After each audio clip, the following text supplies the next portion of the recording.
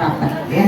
Ibu, ini kita melihat apa ya, sejarah ke belakang Ayahanda Haji Muhammad Yazid Zainuddin, Bu, luar biasa orangnya. Nggak banyak cincong kayak kita, Bu. Mulutnya diem, nggak banyak omong, nggak banyak komentar. Selama saya ada dalam keluarga ini, Bu, saya nggak pernah ngeliat dan bahkan mendengar yang namanya Abe itu ngomel. Nggak pernah. Nggak pernah, Bu, beneran, serius ya. Nggak pernah. Bahkan Abe ngomong kenceng pun nggak pernah. Gitu ya. Abe selalu ngomong, kita sebagai orang tua sama anak wajib mendoakan. Itu yang Abe ngomong. Doain anak. Doain anak.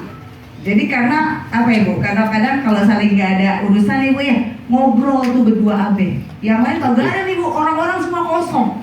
Saya doang udah Abe, nggak tahu tuh aku masing-masing. Jadi saya ngobrol tuh berdua Abe, ngobrol aja ngorolidor dari pagi tuh ya, ngobrol sama Abe gitu. Di rumah berdua doang tuh, ya kayak udah hilang tuh. Pada masing-masing. Karena kesibukan masing-masing ngobrol. Nah, satu yang saya ingat dari Abe, doain anak. Doain anak kita. Itu yang Abe selalu ngomong. Jadi dia nggak ngomel, nggak marah, nggak apa. Satu tuh omongan, ayo kita doain anak, minta sama Allah. Nggak usah diomeli, istilah kasar gitu, Bu, ya. Mungkin kalau orang dulu anaknya luar biasa beda dibandingkan dengan sekarang. Anak sekarang lebih kreatif, tapi kalau nggak diomelin gimana dong? Nggak tahu. Zamannya beda, antara anak zaman dulu sama anak zaman sekarang. Kalau anak zaman sekarang, Bu, kalau kita gagal ngomel gimana, Bu? Ini kepala kita meledak. Nah itu artinya apa? Satu yang perlu kita ambil pelajaran bahwa kita nih sebagai orang tua, Abe selalu pesan doain anak.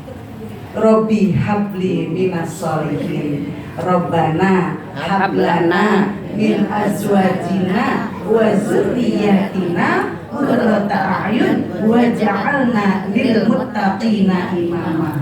Robbi habli min ladunka dzurriyyatan thayyibah innaka sami'ud du'a. Doain. Itu, Bu, pelajaran yang paling melekat, istilah kasarnya itu yang selalu Abe ngomong sama kita. Dan sekali lagi, selama saya di sini, Bu, saya nggak pernah dengar tuh Abe ngomong kenceng, marah, nggak pernah. Mengapa? Karena ada saya mantu kali, Bu.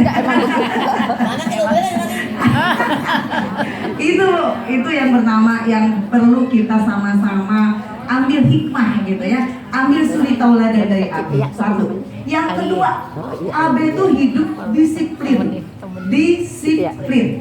Tuh, Bu, disiplin. Apapun yang dia punya ditaruh di tempatnya. Misalnya nih ada gunting kah, payung atau semua perkakas, Abe punya tempat tersendiri. Anaknya mau pinjem boleh. Tapi wajib ditaruh di tempatnya kembali. Kalau enggak, ngomel. Itu ngomel lah. Ngomel.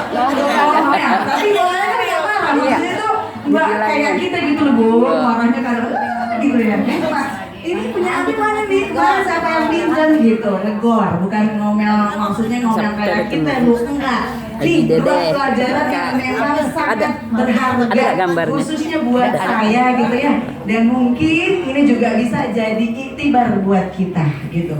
Jadi Abe itu hidupnya sangat disiplin. Apapun itu yang dia punya, ini payung di sini, ini di sini, ini di sini. Kalau mati lampu, Abe nggak perlu nyari repot-repot gimana. Dia udah tahu tuh, yang namanya lilin posisi ada di sini. Walaupun sambil merem, ketemu. Nggak kelihatan malam. Ini pelajaran yang sangat berharga yang saya dapati dari Abe. Selama saya ada di dalam sini gitu ya, selama itu. Nah itu dua iktibar yang memang perlu sama-sama mungkin gitu ya. Kita sebagai orang yang di bawahnya bisa ikut di dalamnya gitu. Itu dua iktibar yang memang perlu kita sama-sama kalau bisa ya dijalanin gitu ya. Satu, doain anak. Yang kedua, disiplin segala-gala. Waktu, abi disiplin. Makan sesuai dengan waktunya.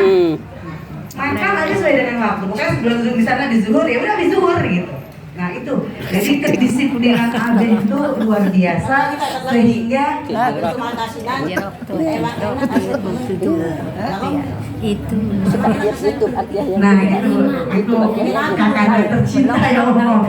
Jadi kalau ada hal-hal yang nggak enak, ngomongnya enak, nggak pakai ngomel. Padahal keasinan tuh makanan. Dia ngomongnya kayak gitu. Ini makanan enak, lebih asin dibanding biasanya gitu ya. Nah jadi ada ironi di dalamnya gitu. Artinya ngomongnya nggak langsung blak gitu sehingga orang sakit hati. Itu Bu, itu itibar yang bisa kita ambil. Jadi sekali lagi pada saat kita menghadiri hal seperti ini, sekali lagi uzkuru mahasina mautakum. Ingat, lihat, jadiin contoh, jadiin iktibar orang yang udah pulang. Karena itu adalah pelajaran buat kita. Satu. Yang kedua Ibu, Imam Tabrani mengatakan kalau kita kepingin menjadi atau dikatakan orang yang pinter, maka kita wajib selalu ingat bahwa kita ini pasti jadi calon mati itu dua. Ya. Jadi kalau kita ingat nih, hidup kita ini kagak tahu tuh sampai kapan selesainya. Nah tuh ya, sampai kapan nih kita selesai kagak tahu. Kontrakan kita kapan habisnya kita nggak tahu. Apakah sejam lagi, apakah setahun lagi, apakah 5 hari lagi kita nggak tahu. Makanya Imam Tabrani mengatakan di dalam kitab As-Shaghir, kalau kita dikatakan orang yang cerdas, maka kita wajib mengingat mati. Karena kalau kita mengingat mati, berarti kita sudah mempersiapkan untuk masa depan. Karena Ibu, kehidupan yang kekal abadi bukan saat ini. Karena yang namanya kehidupan dunia cuma la'ibun walahun, cuma sekedar perhiasan doang, main-mainan doang. Tapi kegiatan yang kekal abadi nanti di yaumil qiyamah. Amin ya robbal alamin. Ibu, itu aja. Karena azan sudah berkumandang. Apa nama Ibu, ntar belum makan Bu, belum ini jadi kelamaan kesorean ya. Mungkin itu aja Bu ya, itibar yang bisa kita jadikan sebagai tauladan. Mudah-mudahan kita semua yang hadir pada hari ini Allah akan berikan cucuran rahmatnya, maghfirahnya kepada kita semuanya. Terakhir mohon keikhlasannya mendoakan ayahanda Bapak Haji Muhammad Yazid Zainuddin, mudah-mudahan beliau diampuni segala dosanya, diterima amal baiknya, kemudian yang paling utama kuburnya dijadikan raudhah min riyadil jannah.